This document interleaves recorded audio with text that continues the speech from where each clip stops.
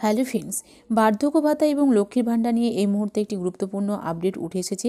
বার্ধক্য ভাতার টাকা কবে দেওয়া হবে এইমাত্র জানিয়ে দিলেন মুখ্যমন্ত্রী মমতা বন্দ্যোপাধ্যায় এবং লক্ষ্মীর ভাণ্ডার নিয়েও কিছু সুখবর জানালেন তিনি।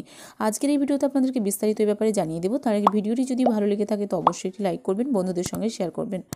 2024 সালের লোকসভা ভোটেই যে তৃণমূল সরকার রাজ্যের সরকারি প্রকল্পের সুবিধাভোগীদের উপর ভরসা রাখছে তা কিন্তু আবারও পরিষ্কার।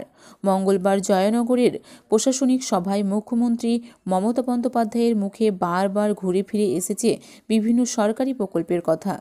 যে প্রকল্পে উপভোক্তাদের টাকা পেতে দেরি হচ্ছে তা কেন এবং কবে সেই টাকা পাওয়া যাবে তা নিয়েও এদিন মুখ খুলেছেন মুখ্যমন্ত্রী মমতা বন্দ্যোপাধ্যায়। তিনি বলেছেন, কেন্দ্র টাকা না দিলেও ধাপে ধাপে বার্ধক্য ভাতা দেবে সরকার।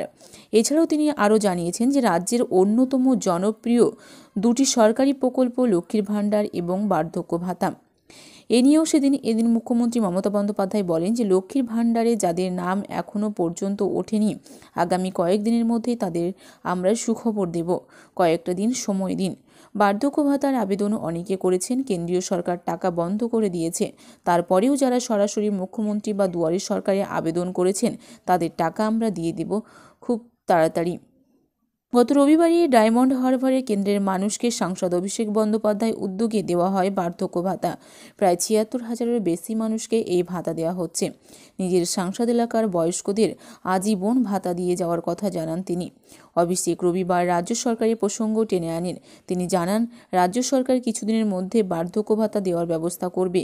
তার আগেই ডায়মন্ড হারবার কেন্দ্রের মানুষের জন্য প্রতিশ্রুতি মতো এই কর্মসূচি নেওয়া হয়েছিল।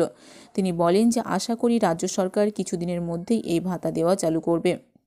এদিন মুখ্যমন্ত্রী মমতা বন্দ্যোপাধ্যায় বলেন যে আমরা ঘরে ঘরে মানুষকে পরিষেবা দিয়ে যাচ্ছি, কি পাচ্ছে না মানুষ, তারপরেও অনেকে কুৎসা করছে।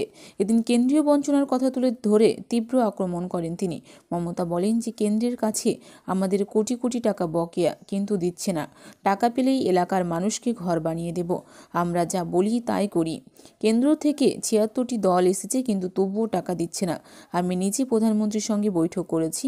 এদিন এই সভা থেকেই তিনি জানান যে 2024 ডিসেম্বরের মধ্যে প্রকল্পের আওতায় সমস্ত বাড়িতে জল পৌঁছাবে জল স্বপ্ন প্রকল্পের মাধ্যমে।